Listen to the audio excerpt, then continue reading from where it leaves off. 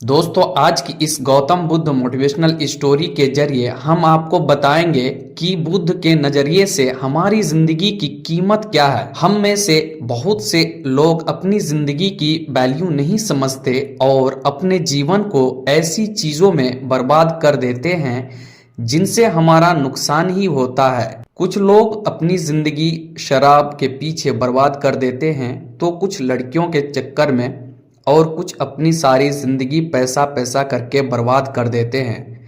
आज की इस वीडियो के माध्यम से आप जानेंगे कि हमारी जिंदगी कितनी कीमती है और हमें अपनी इस कीमती जिंदगी को किस तरह जीना चाहिए। एक बार की बात है, गौतम बुद्ध अपने शिष्यों के साथ जिंदगी से जुड़ी अच्छी बुरी चीजों का ज्ञान दे रहे थे। सभी शिष्य उनकी बातों को बहुत ध्यान से सुन रहे थे। उन सभी में एक शिष्य ऐसा था जिसे प्रश्न पूछने की बहुत आदत थी।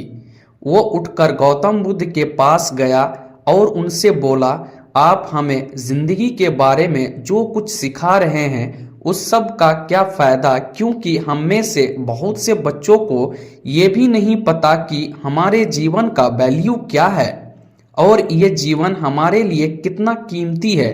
पहले आप हमें ये बताइए कि इस जीवन का मूल्य क्या है। अपने शिष्य की बात सुनकर गौतम बुद्ध अपने कक्ष में गए और एक चमकता हुआ पत्थर का टुकड़ा लेकर आए। वो टुकड़ा उन्होंने अपने शिष्य को दिया और बोले, मैं तुम्हें इस जीवन का मूल्य तब बताऊंगा जब तुम इस पत्थर का सही मूल्य पता लगा कर आओगे। साथ ही ये ध्यान रखना कि तुम्हें ये पत्थर का टुकड़ा किसी को बेचना नहीं है। गौतम बुद्ध की बात मानकर वो शिष्य बाजार की तरफ चला गया। बाजार में सबसे पहले उसकी नजर एक फल बेचने वाले पर पड़ी और उसने वो पत्थर उस फल वाले को दिखाया और बोला, इस पत्थर के बदले आप मुझे कितने फल दे सकते हो। फल वाला बोला, ये पत्थर कुछ खास तो नहीं है, लेकिन फिर भी इसके बदले मैं तुम्हें 10 केले दे सकता हूँ। वो शिष्य उस पत्थर को लेकर आगे चला गया। फिर उसे एक सब्जी वाला मिला। शिष्य ने उस सब्जी वाले से उस पत्थर की कीमत पूछी। सब्जी वाले ने उस पत्थर को ध्यान से देखा और बोला, इस पत्थर की कीमत के बदले मैं तुम्हें ज्यादा से ज्यादा 1 बोरी भरकर सब्जियां दे सकता हूँ। इसके बाद वो शिष्य उस पत्थर को लेकर एक सोने के व्यापारी के पास गया। उस पत्थर की टुकड़े की चमक देखते ही उस सुनार ने उसकी कीमत 100 सोने के सिक्के लगाई। शिष्य ने वो टुकड़ा बेचने से मना किया तो वो सुनार उसके बदले 200 सोने के सिक्के देने को भी राजी हो गया, लेकिन शिष्य ने वो पत्थर नहीं बेचा। इसके बाद वो शिष्य एक हीरो के व्यापारी के पास गया और उनके सामने उसने वो पत्थर के टुकड़े को रख दिया। उस पत्थर को देखते ही हीरो के व्यापारी ने एक साफ कपड़ा बिछाया, उस पत्थर को उसके ऊपर रखा, फिर उसकी परिक्रमा की और हाथ जोड़कर उस पत्थर को कपड़े में लपेटते हुए वो बोला, तुम जिसे मामूली पत्थर समझकर उसकी कीमत पूछ रहे हो, असल में ये एक बेशकीमती रूबी है। ऐसा रूबी हर किसी को नहीं मिलता। मैं अगर अपना सब कुछ बेच दूं तो भी इसकी कीमत नहीं चुका सकता। उस व्यापारी की बातें सुनकर वो शिष्य हैरान हो गया। वो दौड़ा दौड़ा सीधा बुद्ध के पास आया और उन्हें उसने जो कुछ भी बाजार में हुआ वो सब बताया।